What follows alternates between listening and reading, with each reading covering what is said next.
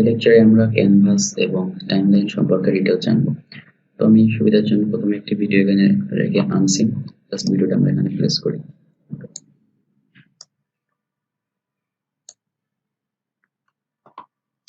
Destroyeth all.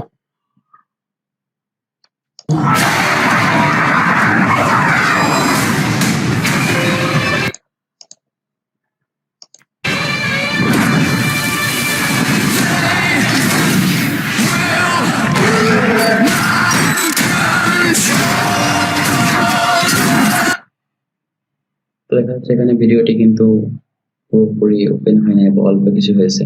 যদি এমন হয় তাহলে ভিডিওটি কিন্তু পুরোপুরি আমাদের রেন্ডার করার পরে কিন্তু এইটুকুই শুধু রেকর্ড হবে এবং পিছনটুকু কিন্তু ব্ল্যাক থাকবে, যেটা খুবই খারাপ দেখা যাবে এবং পুরো প্রজেক্টটা নষ্ট হয়ে যেতে পারে। তো এটা আমাদের খেয়াল রাখতে হবে। যদি এমন হয়ে থাকে দেন আমরা এই যে আপনার ভিডিওটা কিন্তু বসানো হয় নাই মার্কস বরাবর, তো দেন আমরা আগে ভিডিওটি বড় করি। ওকে, ভিডিওটি ফুল স্ক্রিন যেটুকু আমরা এখানে করব ততটুকুই আমাদের রেকর্ড হবে স্ক্রিনে, সরি সেভ করার সময় সেটুকু রেকর্ড হবে। ওকে, দেখেন ঠিক আছে। এখন দেখুন যে দাগটা সবগুলা এই যে আপনার প্লাস দাগটা আসছে মাঝখানে, মানে তোমার ভিডিওটা ঠিকভাবে বসছে।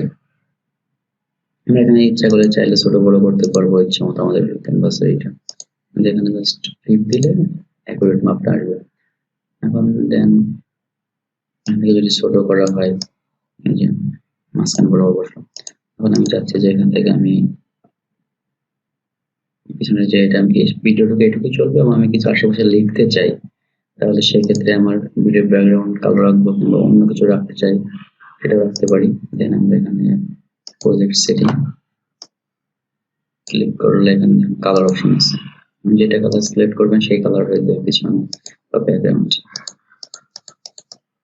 আপনি যেটা চান সেটা করতে পারবেন।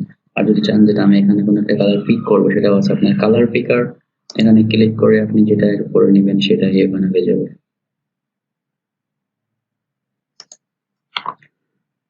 অ্যাপ্লাই করলে ওকে হয়ে যাবে। তবে আমি কালো রাখছি, এটা আমি সেভ করতেছি না।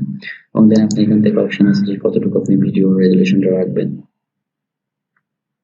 আপনার ইচ্ছা মতো দিতে পারেন। আমি 4 রাখতেছি এইচডিটা, ক্যান্সেল। দেন আমি এখান থেকে ঠিক করে দিই ভিডিওটা।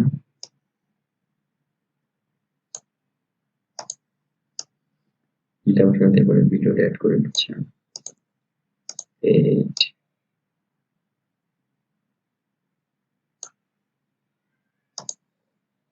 ভিডিওটা ঠিক করে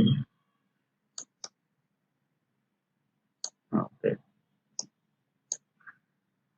পুরোপুরি হয় নাই, হয়েছে এবার হয় নাই। ওকে, তো এটা আপনার টাইম লাইন। এখানে আপনি ইচ্ছা করলে চাইলে এখান থেকে আপনার প্রয়োজন অনুযায়ী ছোট বড় করে নিতে পারেন আপনার সুবিধার জন্য কাজে। ওকে, টাইম লাইনে আপনি এখানে অটো অনেক টাইম লাইন অ্যাড করতে পারেন আপনার প্রয়োজন অনুযায়ী। আমার যেহেতু লাগতেছে না নিচে চলে আসে। ওকে, এটা হলো আপনার এখান থেকে এডিট করতে হবে এই টাইম লাইনে যেটা আসছে ভিডিওটা। এখানে আমি যেগুলো অ্যাড করবো সেটা স্ক্রিনে অ্যাড হবে, এখানে অ্যাড করতে পারি অথবা টাইম লাইনে অ্যাড করতে পারি। ওকে, দেন আমরা প্রত্যেকটা অ্যাড করি। দেন এখানে ক্লিক করে এখান থেকে আপনি এডিট করতে অর্ডার এডিট করতে পারবেন, ভিডিও এডিট করতে পারবেন আলাদা আলাদা ভাবে। টাইম লাইনে আপনার জুম ইন জুম আউট, এটা জুম নিখুঁত রেকর্ড এডিটের জন্য জুম আউট বড় করে নেওয়া বেস্ট হবে। আশা করি আপনাদের টাইম লাইন এবং ক্যামেরা সম্পর্কে ভালো সবকিছু বুঝতে পারছেন। ও আরেকটা কথা যেটা আমার দেখানো হয় না, যে প্রপার্টিজ, এখানে অনেক সময় প্রপার্টি যদি না আসে, এখানে জাস্ট প্রপার্টিজে ক্লিক করলে আপনার এটুকু চলে আসবে। এখান থেকে আপনি চাইলে আপনার এখানে অডিও রেশিও এগুলো আছে, অডিও যদি 100% দেওয়া আছে এখান থেকে ম্যাক্সিমাম মূল্য দিতে চাইতে পারেন। ভিডিও স্কেলের ডিপেন্ড যে 100% এগুলো 100% বেস্ট রাখা। Sure.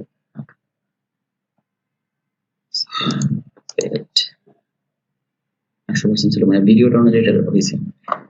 একটু বড় করতে চাইলে বড় করতে পারবো, নো প্রবলেম।